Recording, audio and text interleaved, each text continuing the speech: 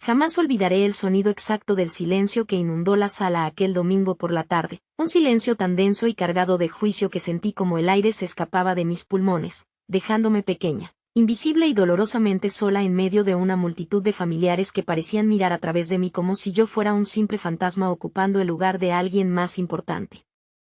Si hubiera sabido lo que estaba a punto de pasar, si alguien me hubiera advertido que el amor de mi vida venía con una sombra tan oscura y persistente, tal vez habría salido corriendo esa primera tarde en la cafetería de la universidad, pero la vida tiene una manera curiosa de esconder sus lecciones más duras detrás de los comienzos más dulces. Conocí a Sergio cuando ambos éramos apenas unos estudiantes llenos de sueños y café barato, él con sus libros de economía y yo con mis materiales de educación infantil, y la conexión fue tan instantánea, tan eléctrica y pura, que por un momento el mundo entero desapareció y solo existimos nosotros dos en esa burbuja de risas tímidas y miradas que prometían un futuro brillante.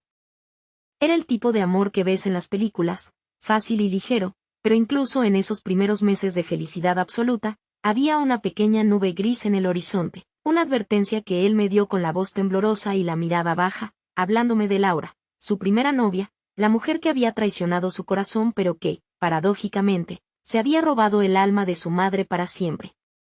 Me contó cómo su madre nunca había superado esa ruptura, cómo idealizaba a Laura a pesar de la traición, aferrándose a ella como el estándar de oro de lo que una nuera debía ser, y yo, en mi ingenuidad juvenil y mi confianza ciega en el poder de nuestro amor, sonreí y le dije que no importaba, que yo me ganaría su corazón con paciencia y cariño, sin saber que estaba entrando en una guerra donde el enemigo no peleaba con armas, sino con recuerdos y comparaciones que cortarían más profundo que cualquier cuchillo. El día que conocí a mi suegra, doña Elena, me preparé como si fuera a una entrevista de trabajo, con mi mejor vestido y una sonrisa ensayada, llevando un postre casero y la esperanza brillando en mis ojos, pero desde el momento en que crucé el umbral de su casa, sentí el muro invisible, esa barrera gélida que me decía sin palabras que yo era una intrusa en un santuario dedicado a otra mujer. No hubo gritos ni rechazos explícitos al principio, solo una indiferencia educada, una forma sutil de hacerme sentir que yo era un paréntesis temporal en la vida de su hijo, un error de cálculo que pronto se corregiría, y entonces empezaron las menciones, pequeñas gotas de veneno disfrazadas de nostalgia. Recuerdo estar sentada a la mesa, intentando participar en la conversación, cuando ella soltó el primer golpe. Laura siempre traía flores blancas, sabía que eran mis favoritas. Tenía un gusto exquisito que es tan difícil de encontrar hoy en día, dijo mirando el postre que yo había traído con tanto esmero y que ahora parecía vulgar y fuera de lugar. Traté de ignorarlo, traté de decirme a mí misma que era solo una mujer mayor aferrada al pasado, pero eso fue solo el comienzo de una tortura lenta y meticulosa que duraría años. Años en los que mi nombre parecía borrarse poco a poco para ser reemplazado por la sombra de ella.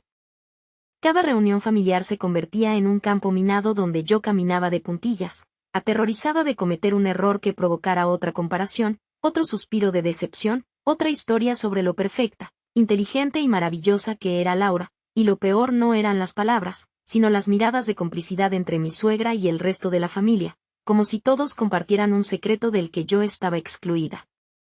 Sergio intentaba defenderme, claro que lo hacía. Tomaba mi mano por debajo de la mesa y tensaba la mandíbula. A veces le decía mamá, por favor, pero ella tenía el don de la manipulación emocional, de hacerse la víctima incomprendida que solo añoraba tiempos mejores, y él, atrapado entre el amor por mí y la lealtad a su madre viuda, a menudo se quedaba sin palabras, dejándome expuesta a la intemperie de su desdén. Ese fue el momento exacto en que empecé a perder la esperanza, no en mi relación con Sergio, sino en mí misma. Porque cuando escuchas tantas veces que no eres suficiente, que eres menos que alguien que ya no está, empiezas a creerlo, empiezas a mirarte al espejo y buscar las fallas que ella ve, empiezas a preguntarte si tal vez, solo tal vez, Sergio sería más feliz si tú no estuvieras ahí estorbando la fantasía de su madre. La cocina se convirtió en mi lugar de llanto silencioso, el baño en mi refugio para recomponer la máscara de fortaleza antes de volver a salir a la sala, y recuerdo noches enteras acostada mirando el techo, con Sergio durmiendo a mi lado, sintiendo una soledad tan profunda que me dolían los huesos, preguntándome cuánto tiempo más podría soportar ser la otra, la sustituta, la mujer que nunca sería Laura. Toqué fondo el día de mi cumpleaños, cuando mi suegra me regaló un libro de cocina con una nota que decía para que aprendas a hacer el asado como le gustaba a Sergio en los viejos tiempos, una referencia directa y cruel a los platos que Laura solía preparar, y en ese instante sentí que algo se quebraba dentro de mí, no con un estruendo, sino con el sonido seco de una rama muerta que finalmente cede bajo el peso de la nieve. Me encerré en el baño y lloré hasta que no me quedaron lágrimas, sintiéndome patética, humillada y completamente vacía, deseando desaparecer, deseando no haber nacido para no tener que sentir este dolor constante de ser rechazada por alguien que ni siquiera se tomaba la molestia de conocerme. Pero entonces, justo en el instante más oscuro, cuando estaba lavándome la cara con agua fría y mirando mis ojos hinchados en el espejo, vi algo que no había visto en mucho tiempo, una chispa de rabia.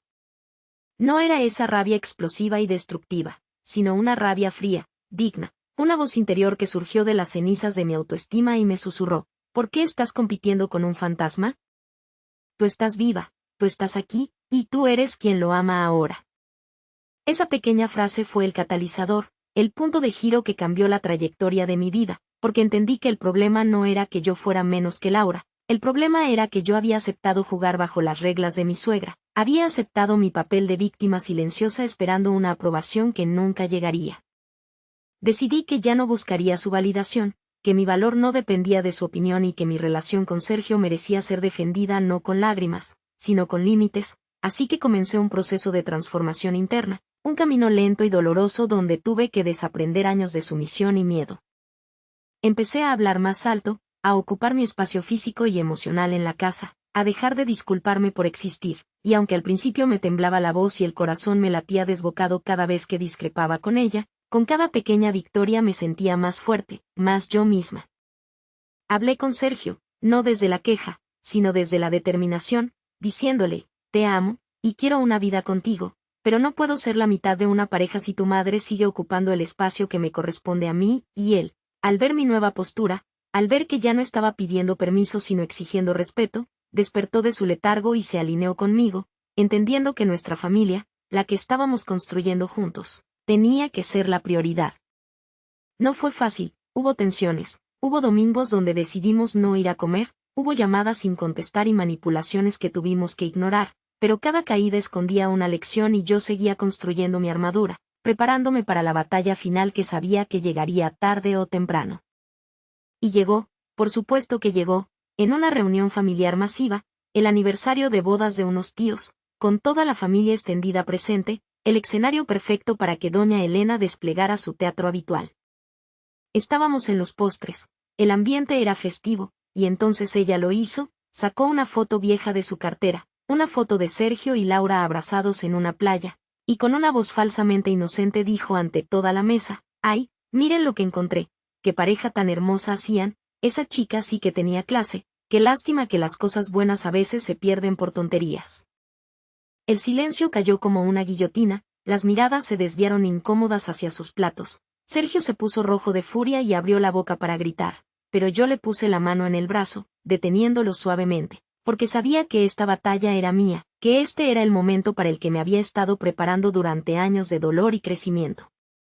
Me levanté despacio, sin tirar la silla, sin temblar, sintiendo una calma sobrenatural que venía de la certeza absoluta de mi valor, y miré a mi suegra directamente a los ojos, sosteniendo su mirada desafiante con una serenidad que la descolocó por completo. Tiene razón, Elena, dije con una voz clara y firme que resonó en todo el comedor. Laura era parte del pasado de Sergio, y estoy segura de que tuvieron momentos bonitos, pero hay una diferencia fundamental entre ella y yo. Ella es un recuerdo que usted ha decidido glorificar para no enfrentar la realidad, y yo soy la mujer que está aquí, ahora, amando a su hijo, cuidándolo y construyendo un futuro real con él. Hice una pausa, dejando que mis palabras calaran hondo, viendo cómo su expresión pasaba de la arrogancia a la sorpresa, y continué: usted puede seguir abrazada a ese fantasma si lo desea, es su elección vivir en el pasado, pero yo no voy a competir con nadie, mi lugar en esta mesa y en la vida de Sergio me lo he ganado a pulso, con amor, con lealtad y con una paciencia que hoy se transforma en respeto. A partir de hoy, si quiere formar parte de nuestra vida, tendrá que ser respetando a la esposa de su hijo, porque yo no me voy a ir, y no voy a permitir ni una sola falta de respeto más, ni hacia mí, ni hacia la relación que tengo con su hijo. El silencio que siguió fue diferente al del principio, no era un silencio de incomodidad, sino de asombro, de reconocimiento, un silencio eléctrico donde se reescribieron las reglas del juego para siempre. Sergio se levantó, me tomó de la mano con un orgullo que nunca le había visto, y dijo, vámonos, mi esposa ha dicho todo lo que había que decir, y salimos de allí con la cabeza alta, dejando atrás los murmullos y la foto vieja sobre la mesa.